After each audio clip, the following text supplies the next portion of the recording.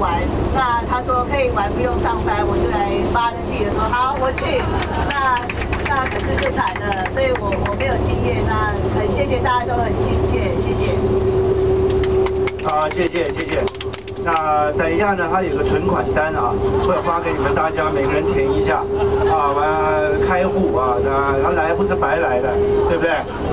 我们把这个单子发下去吧啊，对，他是不简单啊，那不是存款单，那要叫不简单啊。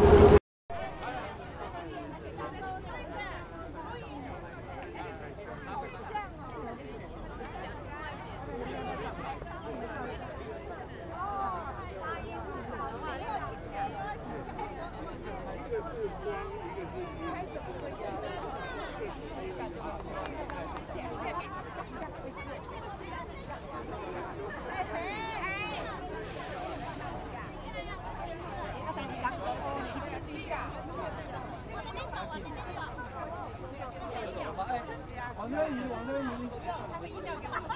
Hello， 大家往这边走啊。Come on。对不起，我带了4个人来救你们。有没有看到 Margaret？ 因为我不认识他。没关系，没关系，叫他过来了，叫他过来了。他们还在放行李。行李放着，好。那就慢慢放吧。还是凉的哈。哎，你不要去想它就不凉了。好久不见。矮的在前面，高的在后面。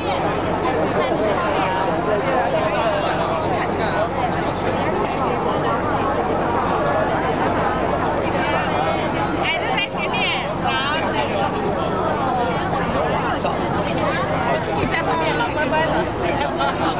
矮的到前面去。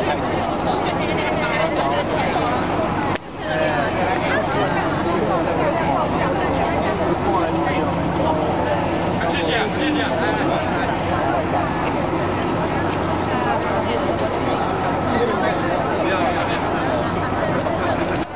来，骑到上面。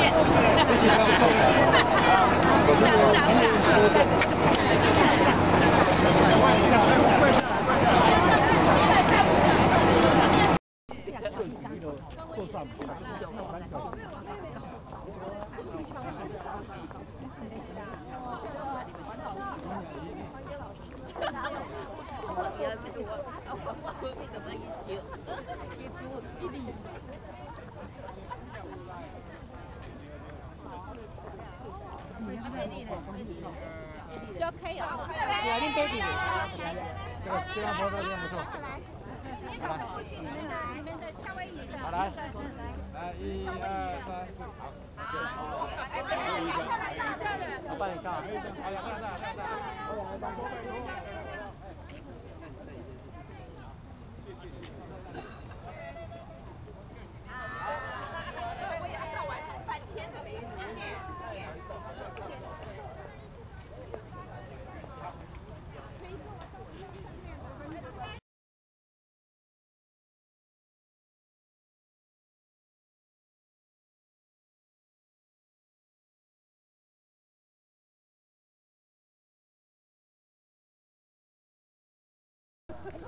，OK。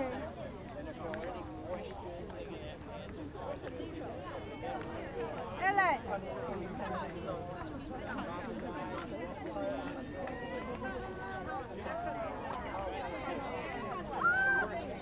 一个人呢？那怎么办呢？跑出来了。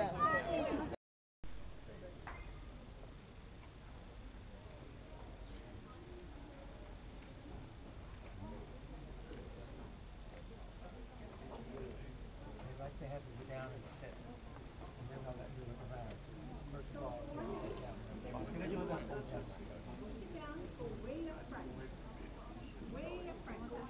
钢筋水泥。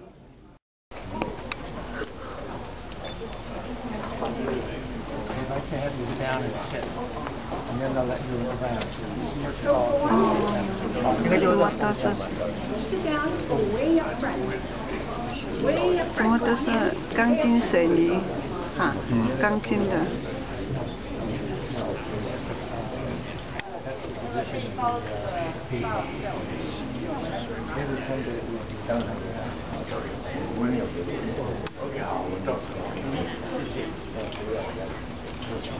on in way up front. Way up front. Oh, we need to go up front? Yes. Because he's going to talk. Oh, okay. And you'll hear him better Yes. if you get up by him. So you want to go way up front by him. Okay.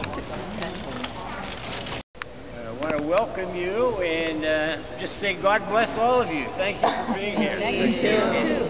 I will tell you a little bit about the history of how this church was built, and then we'll tell you how many windows there are, and how many seats there are, and anything that you would, anything you'd like to know.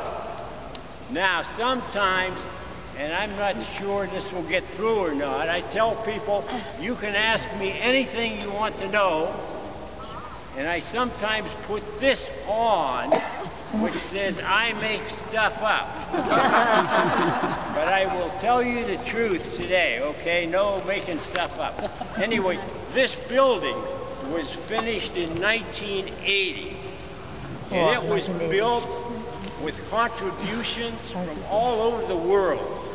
There are almost 3,000 seats here. There is a name on every seat. Not that that's that person's seat, but it's somebody that helped us to build this building. Every name up there is an Australian name. That balcony was built with contributions from Australia. Every seat back there is a Canadian name. That was built with contributions from Canada. We had a lot of people came from Canada. All right. Thank you for helping us build that. Not me. And that is what we call the American balcony, which faces east across our country, and the Australian balcony across the Pacific, and of course the Canadian balcony to the north. There are almost 11,000 windows. Each frame has a name on it of somebody that helped us to build this building. And if any of you know anybody whose window is up there, Aunt Mary from Toronto or whatever, we give you a bottle of Windex and some rags and we send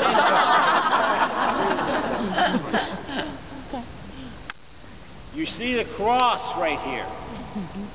That was a gift from a woman who's just wanted to thank God for the wonderful life that her family had in this country. Her father was moving the family from Scotland to the United States early in the 1900s. Before they could leave, her little brother was bitten with a dog. And people died of dog bites in those days. But her brother survived, and her father was able to book passage about 4 weeks later to come to the United States. The ship they missed was the Titanic. Wow. We have many, many stories like that of people that we did not know but helped us to build this building. We don't worry about snowfall here. We don't have hailstones here. We don't have hurricanes here. We don't have tornadoes here. What do we have here? Earthquake. Now, if you're lucky, while we're in here, we'll have an earthquake. And you can see how this building responds. Most people don't want to have that example. But if you look, the balconies don't touch each other. They don't touch the rest of the building. So there really are 4 independent structures here. And below us is a basement, and then it goes down 45 feet with steel structures into bedrock. So when we have earthquakes, the balconies move. So this is sometimes the best place to be if we're having an earthquake. It's designed to take 8.2 on the Richter scale. That's a tremendous, tremendous earthquake. We have 2 services in here on Sunday morning. The pulpit is right up there. Here's the organ console, 17,000 organ pipes. and then the choir sits back there. We would televise the 9:30 service and the 11 o'clock service. Those are then sort of edited, whatever, the following week, and you would normally see it 2 weeks later, wherever you live. It is, as you know, shown around the world, indeed. Yes, this is one of the largest pipe organs in the entire world, and you can imagine what a tremendous sound that is. I would hope that, you know, before you leave the ground, sometimes our organist will come in here and practice. Wow. And it's just wonderful indeed to hear. So I'll try to answer any questions you might have about this. Is one of the largest space buildings in the world where it's all free space, no columns supporting these ceilings. It's all independent structure. Yes, sir. Who's the architect? Philip Johnson from New York was the architect. Philip Johnson from New York, that's right. And he said this was his crowning glory, when he built this building. How does the sound compare with the singing with opera? I beg pardon? How does the sound? The sound in here, they tell me, is perfect because the windows are not all the same thickness. Otherwise, you get, you know, some that would support that particular frequency, some would absorb it. But this is designed to have, they say it's designed perfectly for an organ. Designed perfectly. All I can tell you, it certainly sounds good to listen to that, indeed. Ben, so I have two questions. Yes, sir. First question, locally, yes. How many members of the church? You know, we have gone through a great demographic change here. We really have. We used to have locally a congregation here of 10 to 12,000 people. 12,000? Yes. Over the years, over the last 15 years, we've had a great change in demographics. So that if you were to walk 15 miles outside of the radius, outside of where we are, there's more than a 50% chance if you knocked on someone's door, they would not answer you in English. It's going to be Spanish, Vietnamese, Korean, Cambodian, Hmong. There are 102 language groups in the Los Angeles area. The hospital that I go to down in Orange County, you know, when you sign in to go into the hospital, the instructions are in 27 languages. It's incredible. It's absolutely incredible. So that then a lot of our core English-speaking people that would sometimes be able to walk to church. Now, you know, we depend on people coming 10, 15, 20 miles to drive. And when gasoline prices are what they are, they stay home and watch it on television instead of coming out. So we have that problem. So my second question is, this is the big cathedral, yes. Big church. How many pastors are there, and what's your annual budget? Well, the annual budget, I don't know. It used to be like approaching $4 million. The TV budget was like $40 million. Yes. But more important was the TV program. Yeah, that's right. Absolutely. So you were competing with the Houston's Joe? We are, absolutely. This was the first mega church.